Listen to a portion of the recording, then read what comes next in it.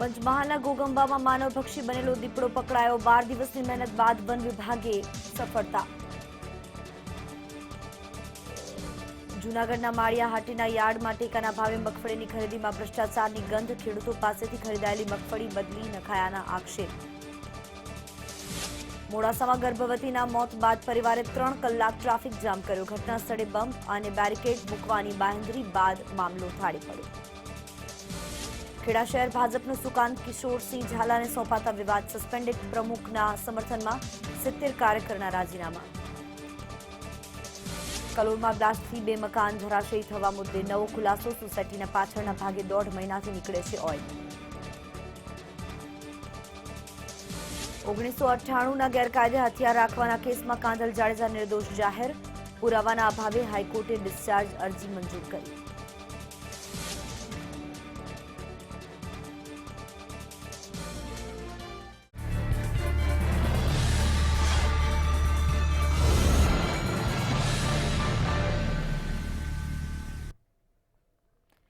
નમસ્કાર, આપ જોઈ રહ્યા છો ગુજરાત રાઉન્ડઅપ। અત્યાર સુધીના તમામ ખાસ સમાચારો સાથે હું છું જિજ્ઞા। સમાચારોની શરૂઆત આ મહત્વપૂર્ણ સમાચારો સાથે કરીશું। બ્રેકિંગ ન્યૂઝ આવી રહ્યા છે। પંચમહાલ ઘોઘંબામાંથી માનવભક્ષી દીપડો પાંજરે પુરાયો છે। ગોયાસુંદડ ગામના જંગલમાંથી દીપડો ઝડપાઈ ગયો છે। 12 દિવસ બાદ માનવભક્ષી દીપડો ઝડપાયો છે। સતત કાર્યવાહી કરવામાં આવી રહી હતી। દીપડાએ 2 કિશોરીને શિકાર બનાવી હતી। 12 દિવસ બાદ આખરે પાંજરે પુરાયો આ માનવભક્ષી દીપડો।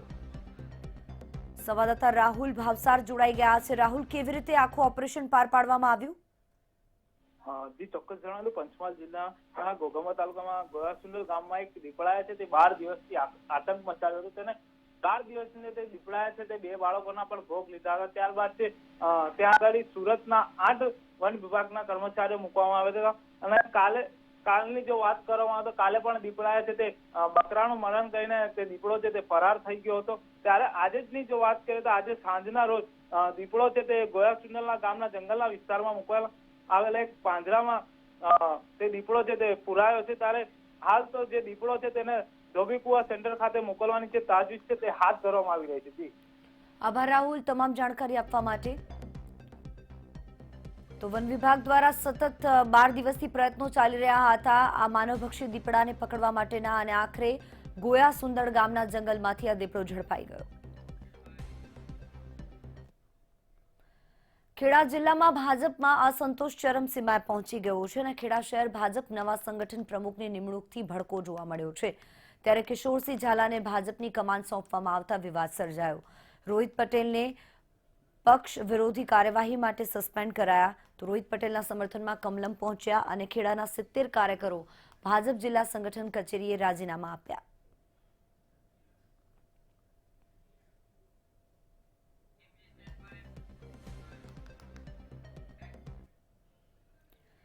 કોરોના કાળમાં જ્યારે સામાન્ય જનતા માસ્ક અને સોશિયલ ડિસ્ટન્સના નિયમોનું પાલન કરી રહ્યા છે, ત્યારે છાપી નાગરિક બેંકની ચૂંટણીના રિઝલ્ટ બાદ વિજય સરઘસ યોજાયો।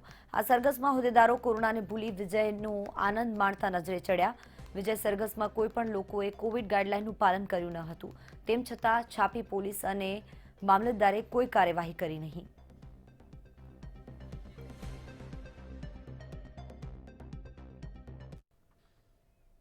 કેન્દ્ર સરકારના કૃષિ કાયદાના વિરોધમાં શહીદ થયેલા ખેડૂતોને કોંગ્રેસ દ્વારા ભુજમાં શ્રદ્ધાંજલિ આપી રામધૂન કરવામાં આવી। ઉપરાંત પત્રકાર પરિષદ યોજી બિલની માહિતી રજૂ કરાઈ હતી। મોદી સરકારે 3 કાળા કાયદા ઘડીને દેશના 62 કરોડ અન્નદાતાઓને મુઠ્ઠીભર મૂડીપતિઓના હાથમાં ગીરવે મૂકી દેશમાં હરિત ક્રાંતિને ખતમ કરવાનું કામ કર્યું છે। મોદી સરકારના નવા કૃષિ કાયદાથી એપીએમસી ખતમ થઈ જશે, બજાર પ્રથા બંધ થશે, ખેડૂતોની ઉપજ મૂડીપતિઓ ખરીદી લેશે, કૃષિ સાથે સંકળાયેલા લોકો બેરોજગાર બનશે તેવી વાત થઈ।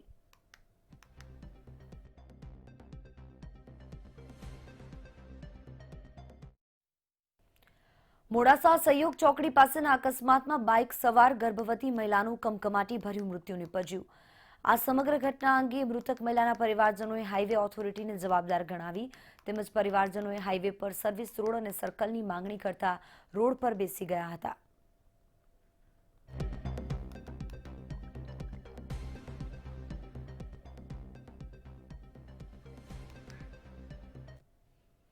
કોરોનાનો પ્રકોપ થોડો ધીમો પડ્યો છે, તેમ છતાં કેટલાક ગામોમાં કેસોની સંખ્યામાં વધારો નોંધાયો છે.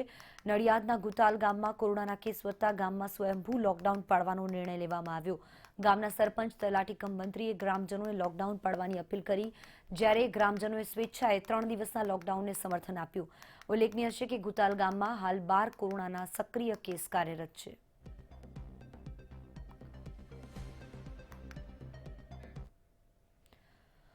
કોરોના હોય જ નહીં તેમ લોકો ખુલ્લેઆમ ફરી રહ્યા છે. આવા દ્રશ્યો અમરેલીના ધારીમાં જોવા મળ્યા. કોરોના કાળમાં સરકારે ભીડ એકઠી થવા પર પ્રતિબંધ લગાવ્યો, ત્યારે ધારીના શેત્રુંજી નદીના કિનારે ભરાતી મંગળવારી બજારમાં ભારે ભીડના દ્રશ્યો સર્જાયા. આ મંગળવારી બજારમાં લોકો કોવિડ ગાઈડલાઈનનું ઉલ્લંઘન કરતા જોવા મળ્યા.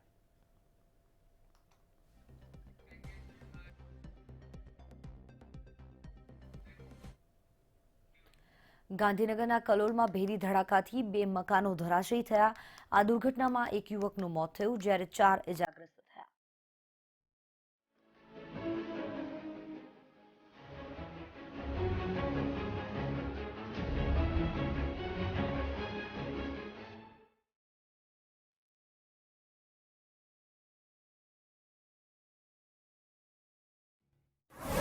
આખું ગામ હતું નિંદ્રામાં, ત્યારે અચાનક આવ્યું મોત.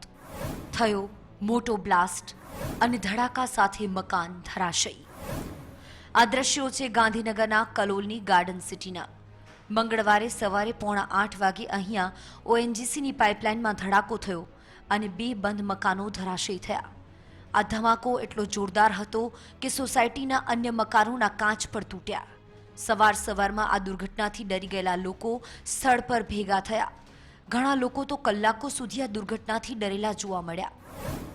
આગળ જણાવવા માંગીએ છીએ કે આની તપાસ થાય અને આ રીતે એની કાર્યવાહી કરે એ લોકો, તો અમને ખબર પડે. તો બિલ્ડર નહીં અમને કહેતો ફાવે કે તમે અમને આ વખત જાણ કરી નથી, કઈ આગળ પાઇપલાઇન નીકળશે.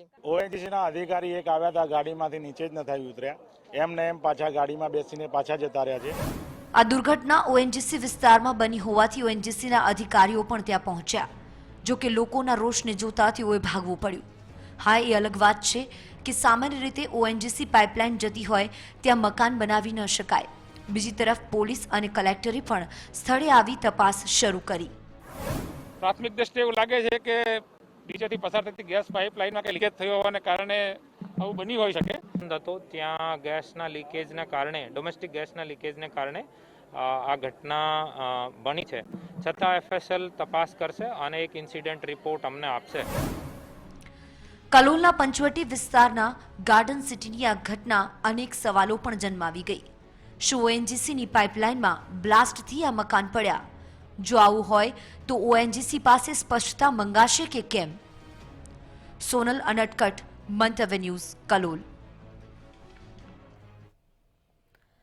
લાઠી શહેરમાં આખલાનો આતંક સામે આવ્યો છે. આખલો લોકોને શિકાર બનાવવા માટે દોડધામ કરી રહ્યો છે, જેનો વિડીયો સીસીટીવીમાં કેદ થયો. આખલાની દોડધામથી લોકોમાં ડરનો માહોલ છે. થોડા દિવસો પહેલા પણ આખલાનો આતંક સામે આવ્યો હતો અને વધુ એક વખત આ સીસીટીવી ફૂટેજ મળી આવ્યા છે.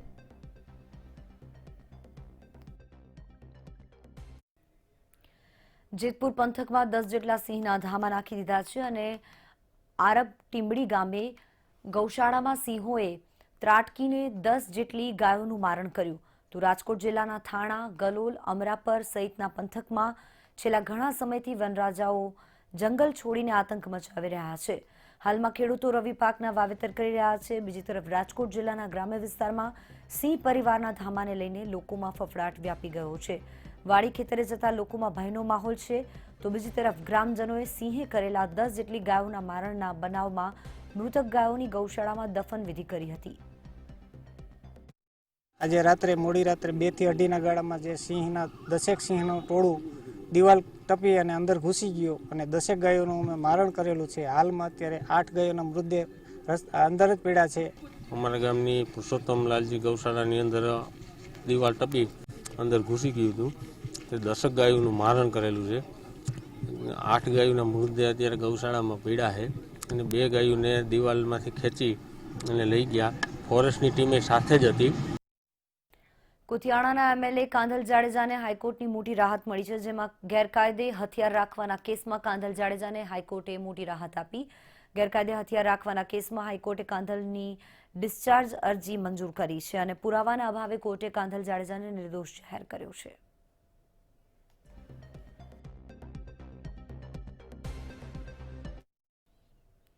થર્ટી પૂર્વે કચ્છના સામખિયાળી માળિયા હાઈવે પર દારૂનો જથ્થો ઝડપાયો, જેમાં આરઆર સેલની ટીમે 894 પેટી દારૂ કુલ 50 લાખનો દારૂ ઝડપ્યો. આરઆર સેલની ટીમે ટ્રકના ડ્રાઈવરની ધરપકડ કરી, જેમાં હરિયાણાથી દારૂ મોકલનારનું નામ ખુલ્યું, જેમાં સામખિયાળી પોલીસ મથકે ફરિયાદ નોંધાઈ.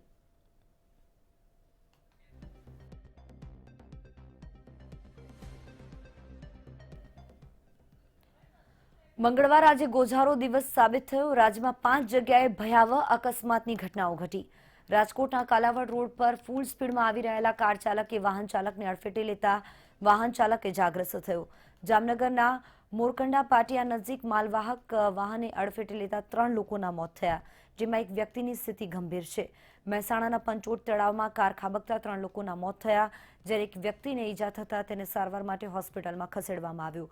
ભરૂચ જંબુસર માર્ગ પર દેરોલ દયાદરા ગામ વચ્ચે ઇકો અને કન્ટેનર વચ્ચે થયેલા ગમખ્વાર અકસ્માતમાં 7 વર્ષીય બાળકનું મોત થયું, જ્યારે અરવલ્લીના મોડાસા સહયોગ ચોકડી પાસે ટ્રેલર ચાલકે બેફામ રીતે ટ્રેલર હંકારી એક્ટિવાને કચડી નાખતા બાઇક સવાર ગર્ભવતી મહિલાનું મૃત્યુ થયું.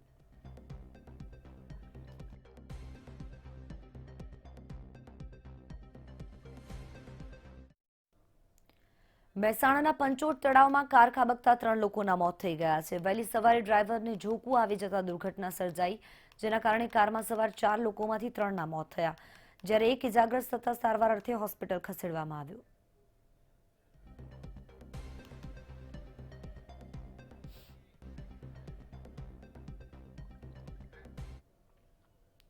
ભરૂચ જંબુસર માર્ગ પર દેરોલ દયાદરા ગામ વચ્ચે ઇકો અને કન્ટેનર વચ્ચે થયેલા ગમખ્વાર અકસ્માતમાં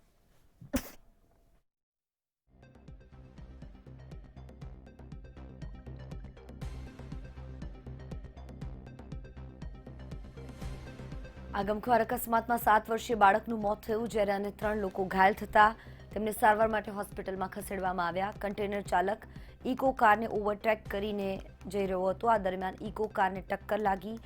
તાલુકા પોલીસે ગુનો નોંધી વધુ તપાસ હાથ ધરી.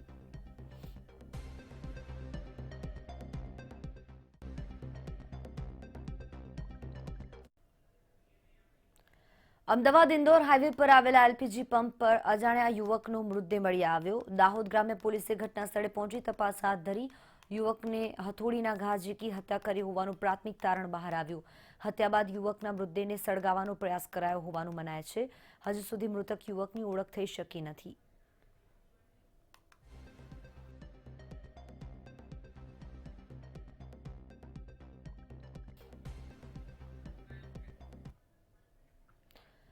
મહુવા માર્કેટિંગ યાર્ડ ચેરમેન ઘનશ્યામભાઈ પટેલ દ્વારા કૃષિ મંત્રી નરેન્દ્રસિંહ તોમરને પત્ર લખીને ડુંગળીના નિકાસબંધી તાત્કાલિક અસરથી હટાવવા માટે રજૂઆત કરી.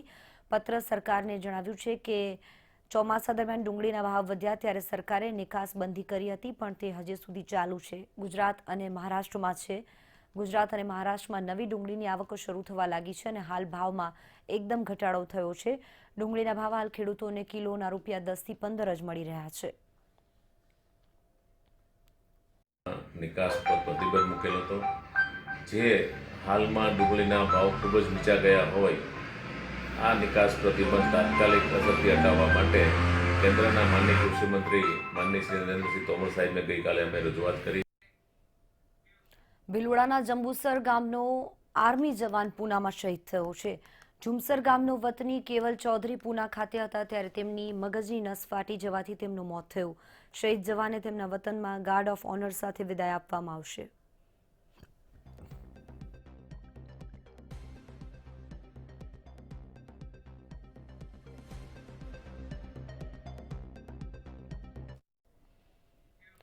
મોરબીના હળવદની મહર્ષિ ગુરુકુળ ગૌશાળાની 10 એકર જમીનમાં ચંદનની ખેતીનો નવતર પ્રયોગ કરાયો છે. બિનઉપયોગી જમીનમાં આણંદ નર્સરીમાંથી 3 વર્ષ પહેલા ચંદનના રોપા ખરીદી અહીંયા વાવેતર કરાયું હતું. ચંદનના લાકડામાં 15 થી 20 વર્ષે સુગંધ આવતી હોવાથી ચંદનની ખેતી ખૂબ ધીરજથી કરવી પડે છે. ચંદનના છોડને ઓછું પાણી હોય તો ચાલે, પણ પૂરતા પ્રમાણમાં નાઇટ્રોજન મળવું ખૂબ હિતાવહ હોય છે.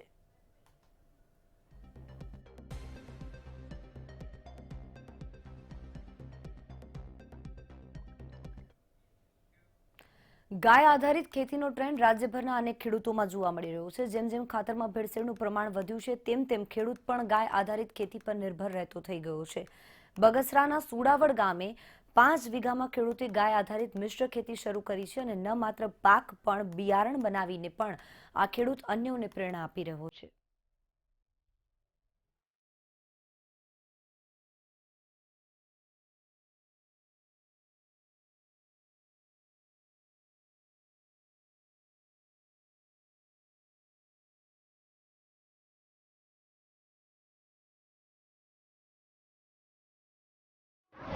ગાય આધારિત ખેતી પર્યાવરણનું નુકસાન અટકાવે છે. ગાય આધારિત ખેતી યુરિયા અને પેસ્ટિસાઇડ્સની આડઅસર અટકાવવાનું આવશ્યક.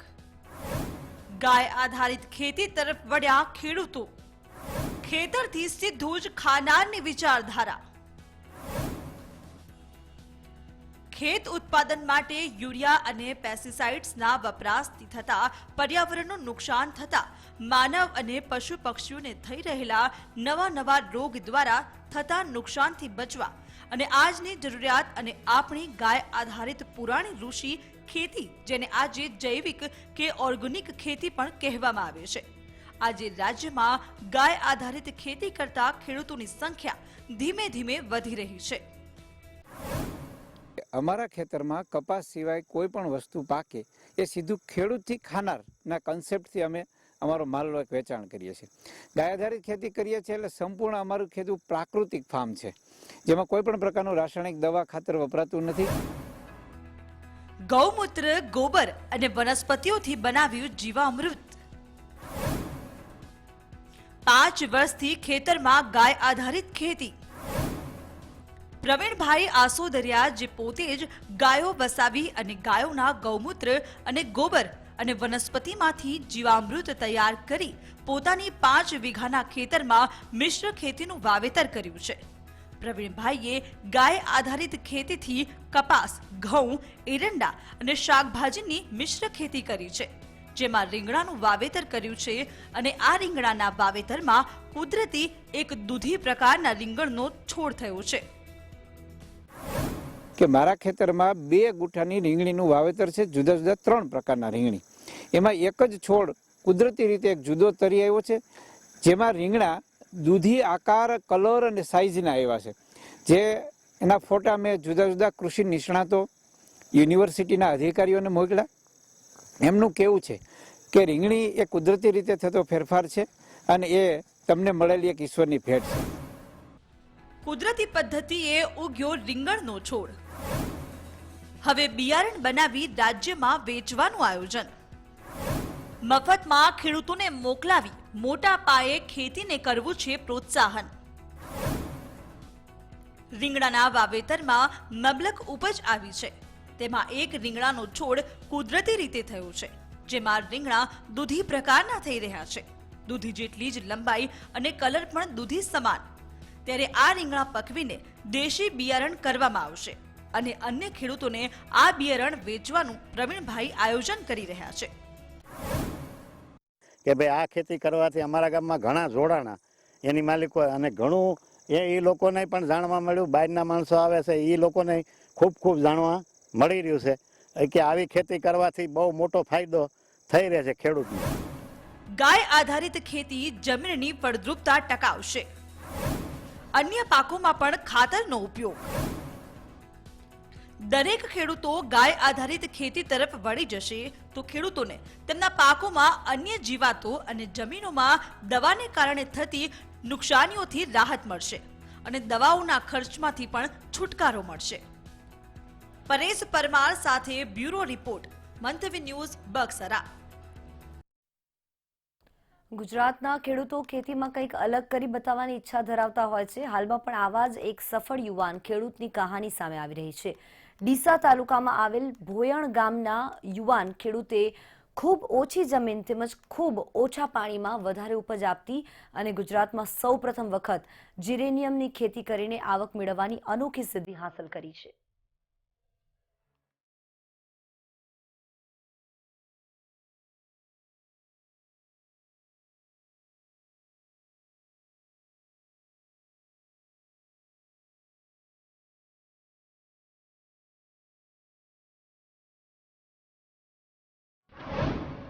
જીરેનિયમથી જલસા. જીરેનિયમની ખેતીથી ખેડૂતને પડી ગયા જલસા. 7 વીઘા ખેતરમાં જીરેનિયમની ખેતી. કદાચ નામ સાંભળતા જ મગજમાં સવાલ થશે કે આથી વળી કેવો પાક? આ ખેતી શું છે? શું છે તેનો ફાયદો? એથી વળી કેવી રીતે ઉગાડી શકાય? જો કે અમે તમને જણાવી દઈએ કે આ ખેતીમાં જો સફળતા મળી તો ખેડૂતોને જલસા પડી જાય. ડીસાના ભોયણ ગામના યુવાને જીરેનિયમની ખેતી કરવાની હિંમત દાખવી અને આજે શ્રીકાંતભાઈ પંચાલ નામનો યુવાન 7 વીઘા જમીનમાં જીરેનિયમની ઓઇલની ખેતી કરીને લાખોની કમાણી કરી નાખે છે. મેં સૌ પ્રથમ 2019માં મહારાષ્ટ્રથી આના રોપા લાવીને આજે 2019માં મેં શરૂઆત કરી હતી. 2020માં સંપૂર્ણ 7 વીઘામાં મેં વાવેતર કર્યું છે. 2019માં મેં વાવેતર કર્યું એનો એક્સ્ટ્રેક્શન પ્લાન્ટમાંથી ડિસ્ટિલેશન પ્લાન્ટમાંથી ઓઇલ નીકાળ્યું છે. 2 થી 2.5 લાખ રૂપિયાનું ઓઇલ મેં સંપૂર્ણ 2.5 વીઘામાંથી વેચાણ કર્યું છે. કેવી રીતે થાય છે જીરેનિયમની ખેતી? જીરેનિયમના પાકથી કેવી રીતે થાય છે ફાયદો? શ્રીકાંતે 10 લાખના રોકાણથી 7 વીઘામાં કરી વાવણી. જીરેનિયમની ખેતી પંજાબ, હરિયાણા, મહારાષ્ટ્ર, તમિલનાડુ, હિમાચલ પ્રદેશ જેવા રાજ્યોમાં કરવામાં આવે છે. ડીસા તાલુકામાં આવેલ ભોયણ ગામના ફક્ત 30 વર્ષના શ્રીકાંતભાઈ પંચાલે ગ્રેજ્યુએટ સુધીનો અભ્યાસ કર્યો છે. તેમજ હાલમાં ધંધાર્થે મુંબઈમાં ફેબ્રિકેશનનો વર્કશોપ ધરાવે છે. સાથી મિત્રની પ્રેરણાથી વર્ષ 2019માં માત્ર 2 વીઘા જમીનમાં કુલ 10,000 રોપાનું વાવેતર કર્યું હતું. ચાલુ વર્ષ દરમિયાન લોકડાઉનમાં સમય મળતાની સાથે જ રોપા તૈયાર કરીને વધારે કુલ 40,000 જીરેનિયમના છોડનું વાવેતર કરવામાં આવ્યું. વાવેતરના 3 મહિના જેટલા સમયગાળામાં જ ઉત્પાદનની શરૂઆત થઈ જાય છે. જીરેનિયમનો ઉપયોગ કોસ્મેટિક, સુગંધિત તેમજ ઔષધિની બનાવટમાં કરવામાં આવે છે. જીરેનિયમ તેલનું વેચાણ મુંબઈની કંપનીને માત્ર 14,000 રૂપિયા લીટરના ભાવે કરવામાં આવે છે. ડીસાના કેવીકેના ડોક્ટર યોગેશભાઈ પવારના માર્ગદર્શન પરથી યોગેશભાઈએ આ ખેતી શરૂ કરી છે. આ એક એવો ક્રોપ છે જે તમે તેલ નીકાળીને ડાયરેક્ટ ગવર્મેન્ટ થ્રુ જ તમે તેલ વેચાણ કરી શકો છો. વચમાં કોઈ દલાલની કોઈની જરૂર નથી અને આનો માર્કેટ આવાના સમયમાં ખૂબ છે. આજે જીરેનિયમનો પાક છે એના તેલની બજારમાં આંતરરાષ્ટ્રીય બજાર તેમજ આપણા દેશમાં એની ખૂબ જ માંગ છે અને 12 થી 14,000 રૂપિયા પ્રતિ લીટર એનું વેચાણ થાય છે અને આ પાક જે છે આપણા વિસ્તાર માટે ખૂબ જ અનુકૂળ પાક થઈ શકે એવું છે. 7 વીઘા ડિસ્ટિલેશન યુનિટ ઊભું કરાયું. 7 વીઘામાં પાકનું વાવેતર કર્યું છે તેમજ ડિસ્ટિલેશન યુનિટ પણ ઊભું કરાયું છે જેની મારફતે જીરેનિયમનું તેલ કાઢી શકાય છે. આ પાકની દર 3 થી 4 મહિને કાપણી કરવામાં આવે છે. ત્યાર પછી એમાંથી તેલ કાઢવામાં આવે છે. અત્યાર સુધી માત્ર 2 વીઘા જમીનમાંથી કુલ 4.50 લાખ રૂપિયાની આવક મેળવી. ભારતમાં દર વર્ષે જીરેનિયમના કુલ 300 ટન તેલની માંગ રહેલી છે. બનાસકાંઠામાં પહેલી વાર વાવેતર થયું એટલે મને સારું લાગ્યું છે એટલે મેં આ જોવા આવ્યા છે. અમારે હવે કોનો વિચાર છે. રાજ્યની સબસિડી પણ થાય છે મદદરૂપ. કેન્દ્ર સરકાર દ્વારા જીરેનિયમની ખેતીને એરોમા મિશન અંતર્ગત આવરી લેવામાં આવી છે કે જેથી આ ખેતીના વાવેતર, ઉત્પાદન તેમજ પ્રોસેસિંગ પ્લાન્ટ ઊભો કરવા માટે પણ સરકાર સબસિડી આપીને મદદરૂપ બની રહી છે. શ્રીકાંતભાઈને રાજ્ય સરકાર તરફથી 2.5 લાખ જેવી સબસિડી પણ પ્રાપ્ત થઈ છે. બ્યુરો રિપોર્ટ સાથે પ્રકાશ ત્રિવેદી, મંતવ્ય ન્યૂઝ, બનાસકાંઠા. આ સાથે બુલેટિન સમાપ્ત કરીશું. વધુ સમાચારોના દિવસભરના અપડેટ્સ માટે લોગિન કરો મંતવ્યન્યૂઝ.com પર. નમસ્કાર.